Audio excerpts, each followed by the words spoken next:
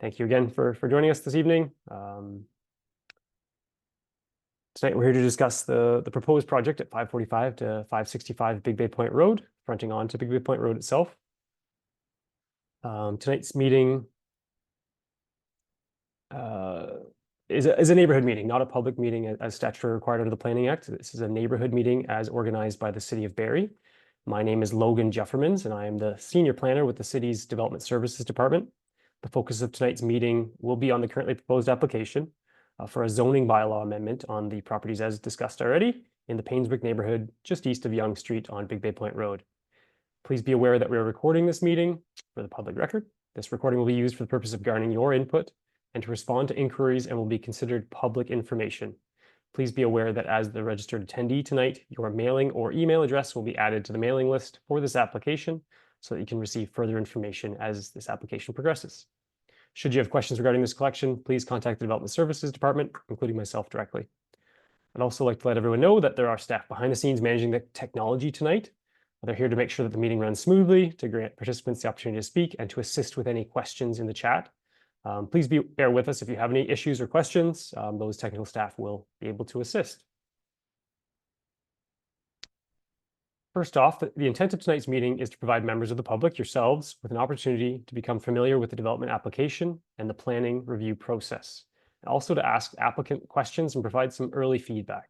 So what to expect during this virtual neighborhood meeting: a brief overview of the city's review process and timing, a presentation from the applicant's representative describing the proposal, and an opportunity to ask questions of either the applicant or city staff, myself, and provide comments or identify concerns with the application. What not to expect: city staff recommendations on the application or a detailed analysis on the proposal. This will occur later on in the review process, I can assure you.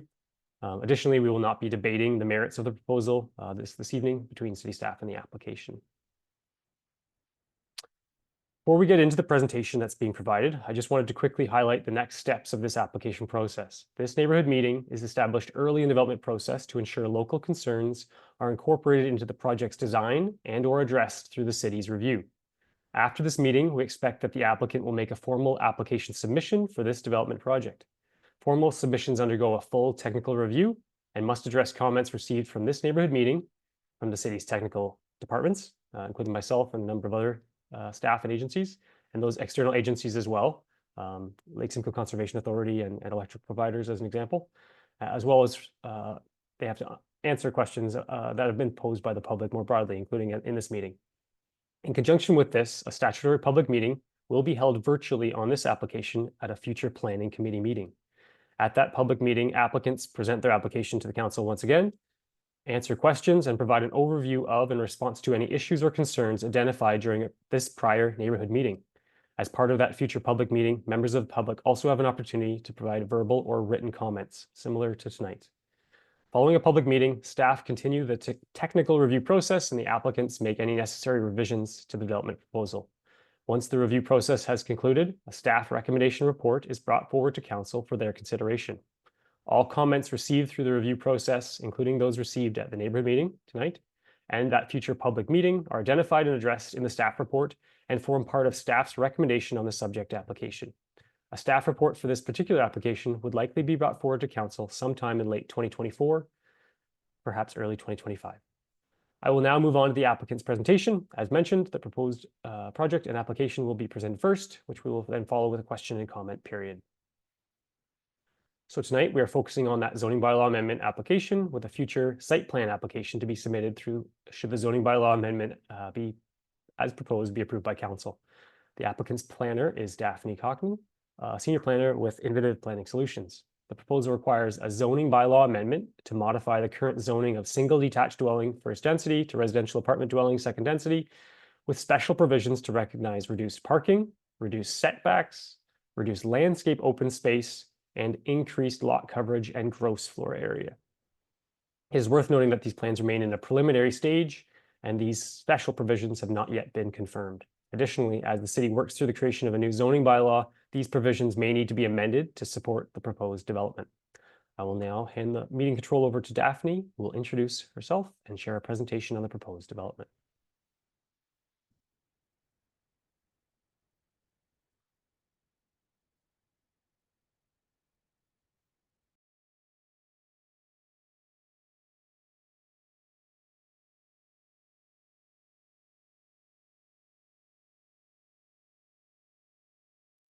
All right. Thank you so much, Logan, and good evening, everyone. My name is Daphne Gotten. I'm the representative. Oops, sorry. Just got the video blocking my notes here. There we go.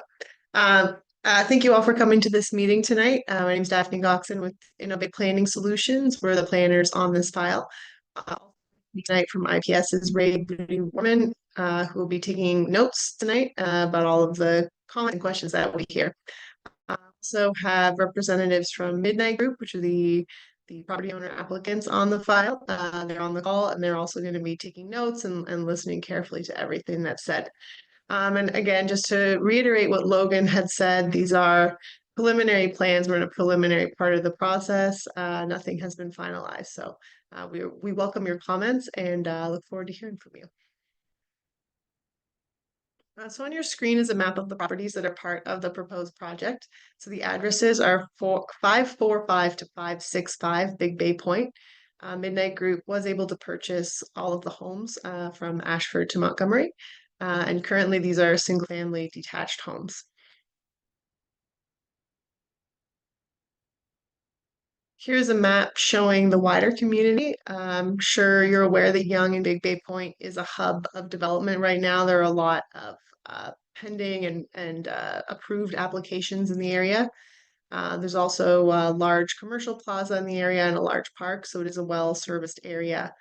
So just wanted to highlight on this the red is our property, and then the sort of yellow orange boxes represent properties that have been approved for higher density development than what than the existing single family homes that were in the neighborhood before. This slide shows the current official plan and zoning for the properties. So the site is in the neighborhood area per the new official plan that was approved. Then the site is currently zoned, which allows the existing really detached homes. This official plan is worth noting does allow up to 6 stories since Big Bay Point is an arterial road. So it does allow greater density than what exists now and what the current zoning allows. Just wanted to take a moment to talk about Midnight Building Group, who are, as I mentioned, are the applicant owners on this property. So they have primarily worked in the GTA, though two of the company partners do have deep family ties in Simcoe County and are looking forward to coming into this area.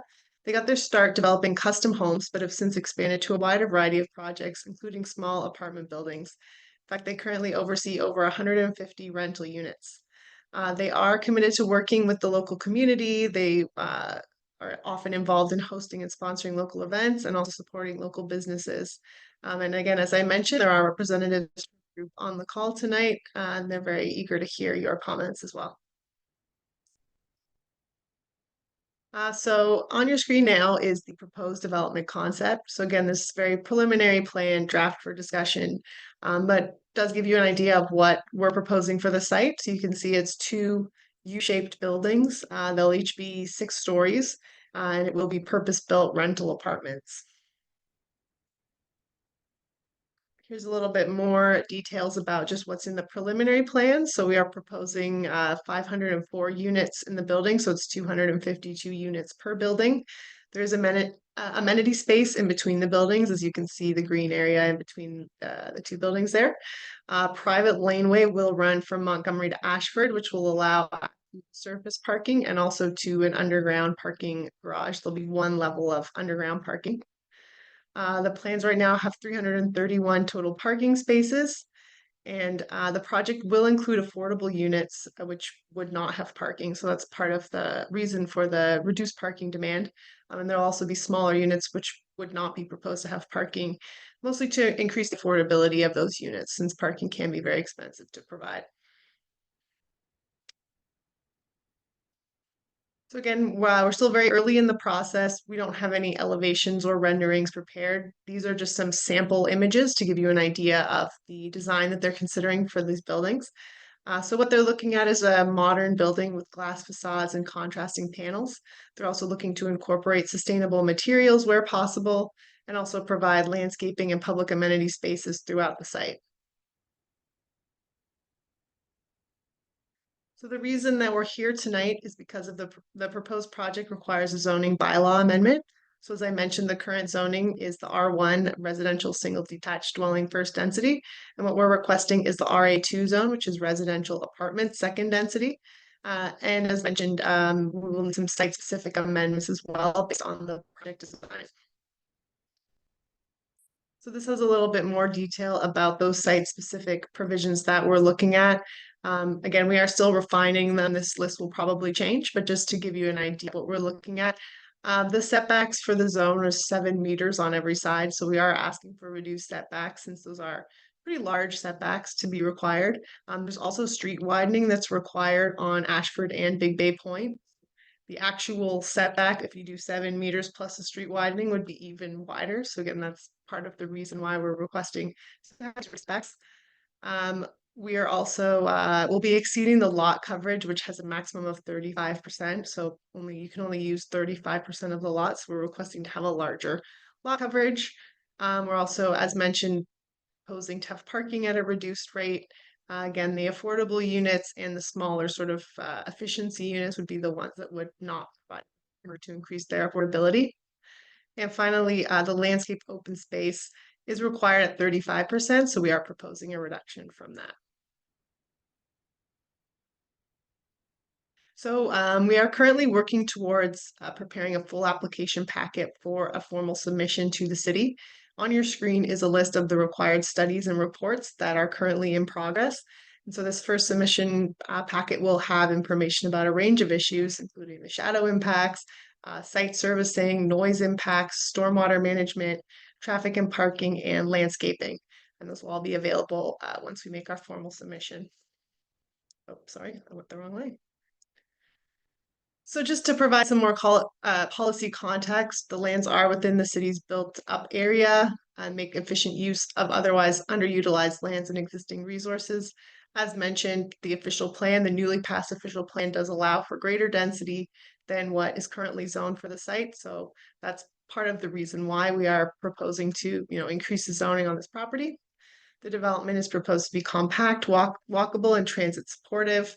The two purpose-built rental buildings will help with the city's intensification targets, also provide new housing options in the community, and help contribute to achievement of a complete community.